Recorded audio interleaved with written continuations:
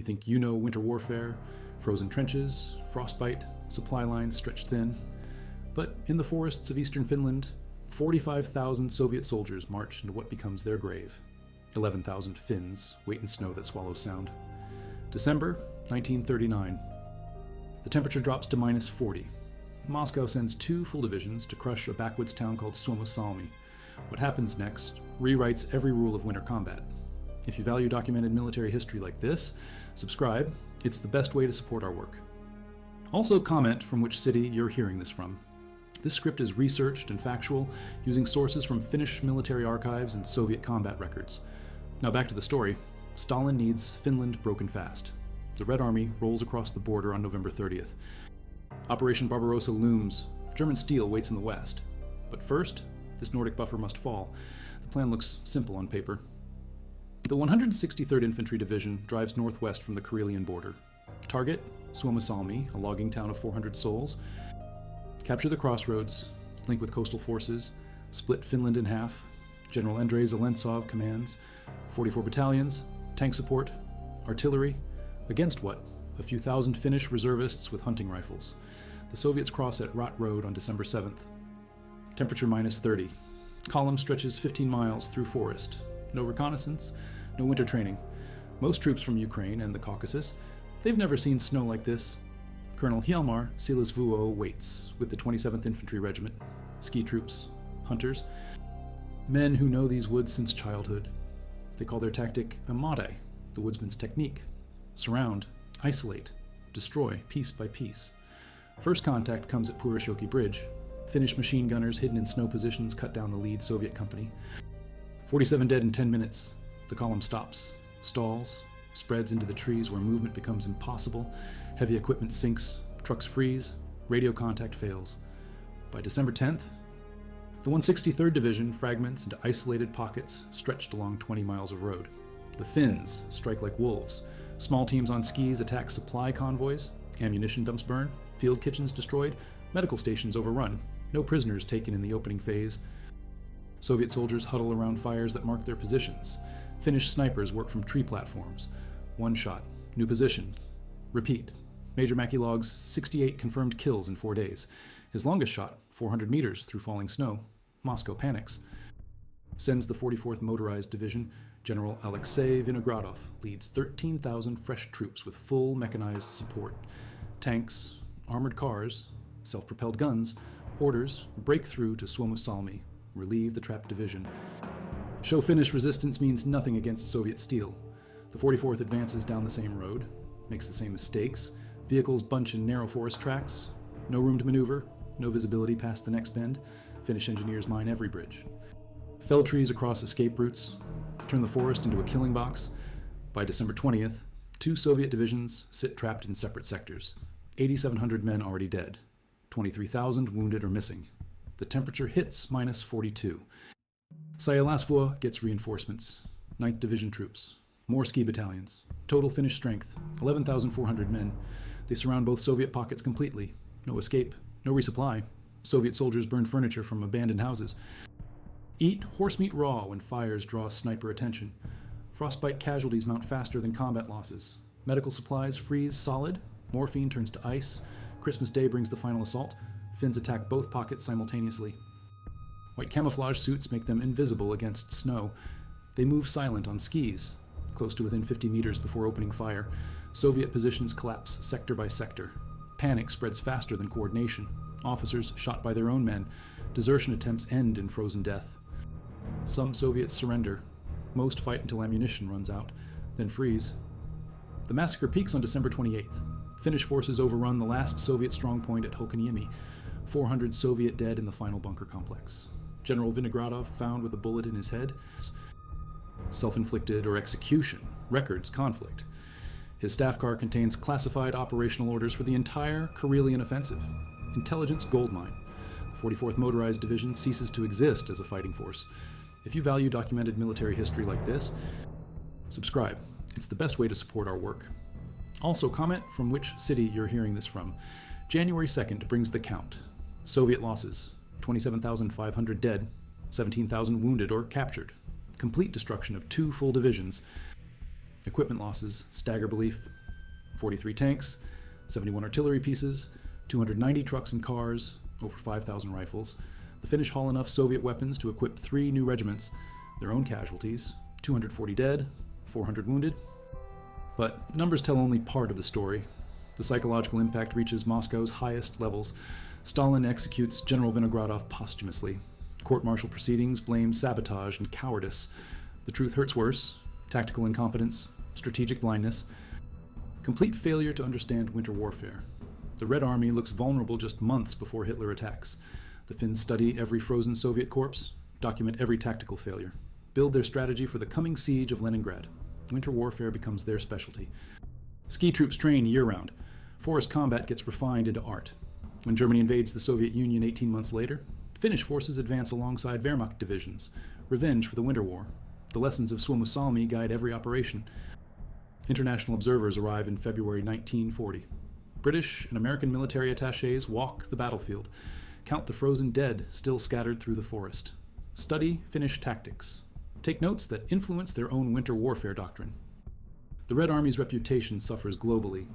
Stalin's purges of military leadership show their cost. Competent officers shot. Replacements lack experience. The Soviet military machine reveals fatal cracks. Suomussalmi becomes legend. Finnish military academies teach the battle as perfect example of defensive operations. Small force defeating large through superior knowledge of terrain and conditions. Mobility over mass. Intelligence over numbers. Adaptation over doctrine. The victory inspires Finnish resistance throughout the Winter War. Soviet forces never again attempt deep penetration into Finnish territory. Spring melts the snow, reveals the full scope of slaughter. Mass graves mark Soviet positions. Equipment rusts where it fell. Helmets and rifles scattered like seeds through the forest. Finnish recovery teams work for months collecting Soviet dead. Identification proves impossible for most corpses. They're buried in common graves, marked only with dates and estimated numbers. The battlefield today remains largely untouched. Forest has grown over tank wrecks. Rifle pits fill with decades of fallen leaves, but local guides still find relics: frozen boot leather, mess kit fragments, uniform buttons stamped with Soviet stars. The cold preserves what the snow once hid. Temperature sensors placed at various battle sites show the ground still freezes to depths that trapped Soviet vehicles in 1939.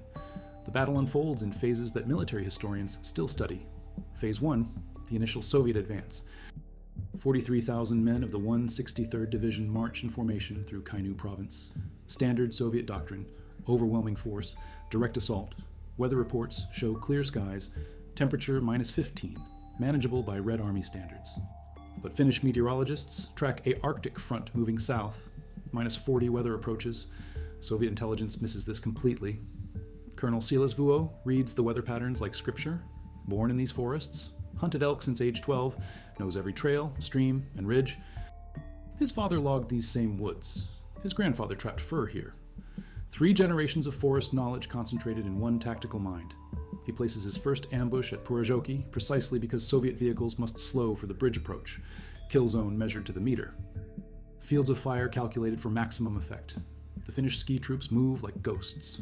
White overalls blend perfectly with snow. Rifles wrapped in white cloth, even breath vapor masked by scarves. They approach Soviet positions from directions no commander expects. Through swamps, frozen solid, across lakes that become highways, down ridgelines too steep for normal troops. Soviet sentries watch roads. Finns attack from everywhere else. Soviet supply lines stretch 300 kilometers from the nearest railhead. Every truck must navigate forest roads barely wide enough for single vehicles. Finnish saboteurs strike systematically. Bridge charges detonate under fuel convoys. Ammunition trucks explode in chain reactions visible for miles. One successful ambush at Markajärvi destroys an entire artillery ammunition column. 60 tons of shells. The explosion registers on seismographs in Sweden. General Zelensov loses communication with Moscow on December 11th. Radio equipment freezes. Field telephones fail when moisture condenses and ices in the lines. Runners disappear in the forest, some found weeks later, frozen solid, still carrying their messages. The isolation becomes complete. 2 divisions fighting blind. No coordination, no intelligence, no resupply.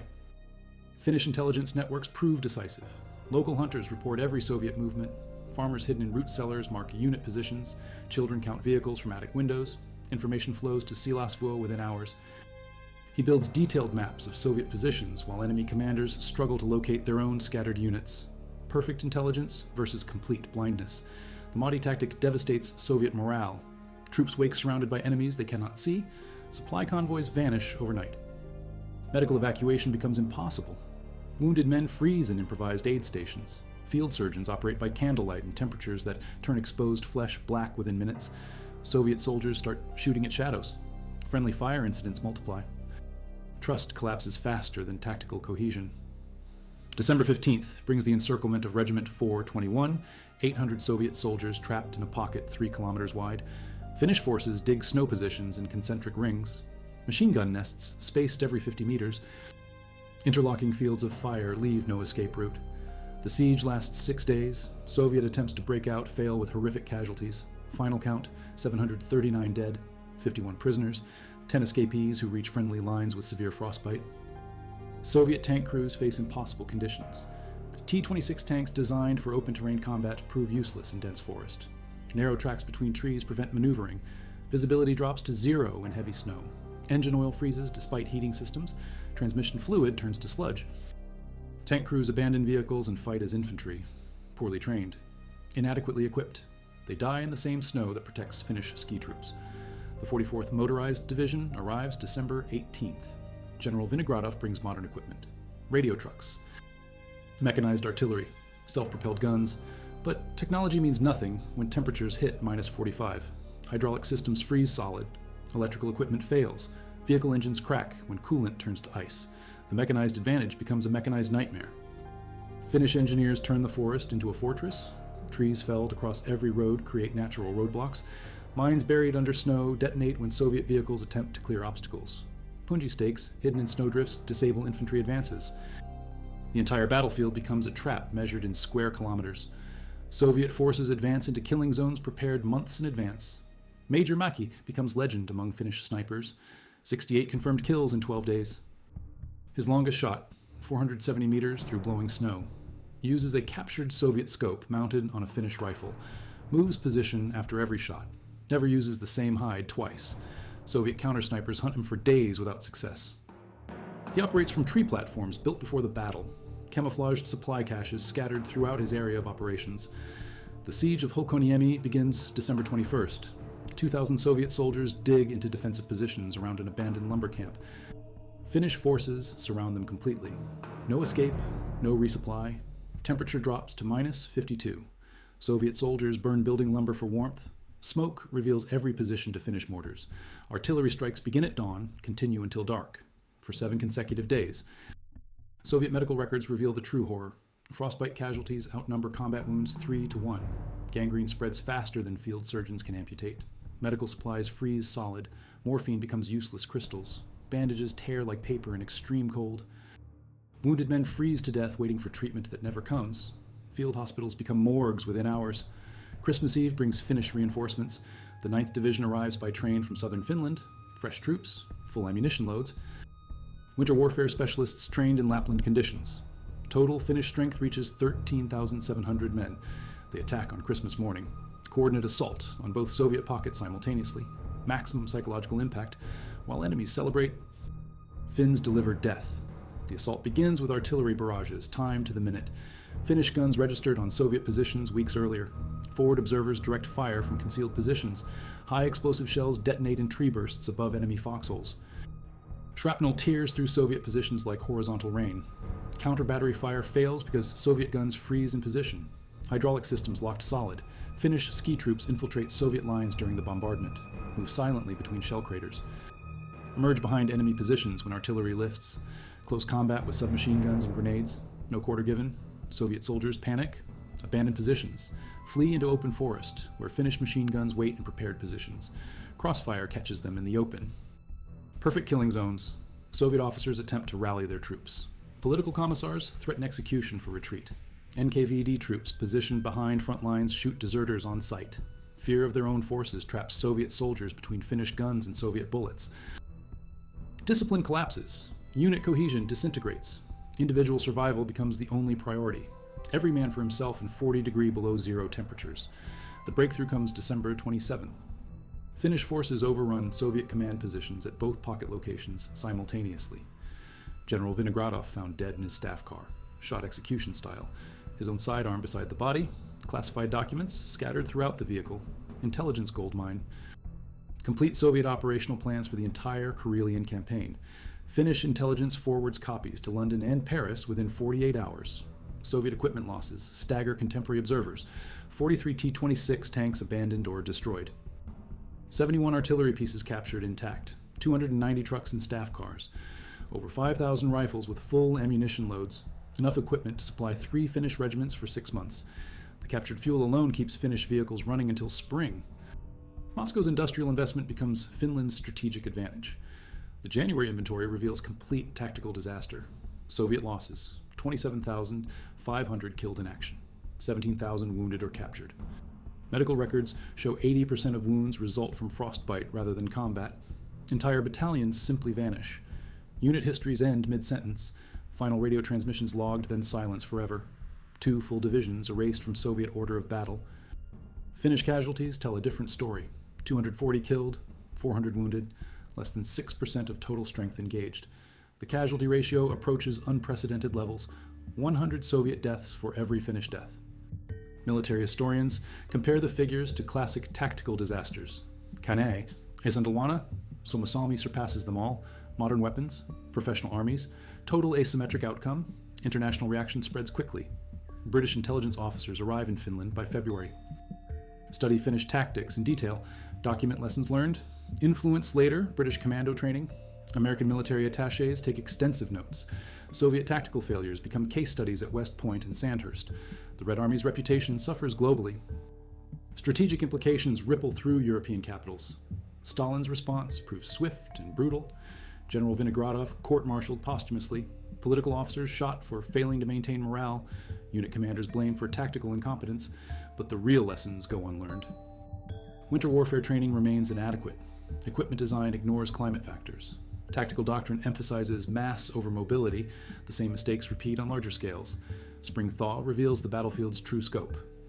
Frozen corpses emerge from melting snow like archaeological specimens. Equipment scattered across hundreds of square kilometers. Finnish recovery teams work for months collecting Soviet dead. Identification proves impossible for most. Personal effects frozen to bodies. Dog tags welded by ice to uniform fabric. Mass graves mark company and battalion positions. The psychological impact reaches beyond military circles. Soviet citizens read sanitized casualty reports in Pravda. Limited losses during tactical withdrawal. Reality leaks through veteran networks. Survivors spread truth faster than propaganda. Red Army invincibility myth suffers permanent damage. German intelligence analyzes Finnish tactics. Plans Operation Barbarossa accordingly. Soviet weaknesses exposed become German advantages. Finnish military doctrine transforms completely. Winter warfare becomes national specialty. Ski troops expanded. Training intensified. Equipment redesigned for Arctic conditions. When Germany invades the Soviet Union, Finnish forces advance alongside Wehrmacht divisions. Revenge for the Winter War. Suomussalmi lessons guide every operation. Superior tactics defeat superior numbers repeatedly, 70 years after the battle. Finnish researchers excavated a mass grave site at coordinates exactly matching Soviet field reports. 217 skeletons in perfect preservation. Most showed evidence of frostbite. Ammunition pouches empty. Personal effects intact. One soldier's diary ends December 26, 1939. The final entry reads, "No food, no ammunition. Temperature -38. We will not see home." The ice kept faith with the dead.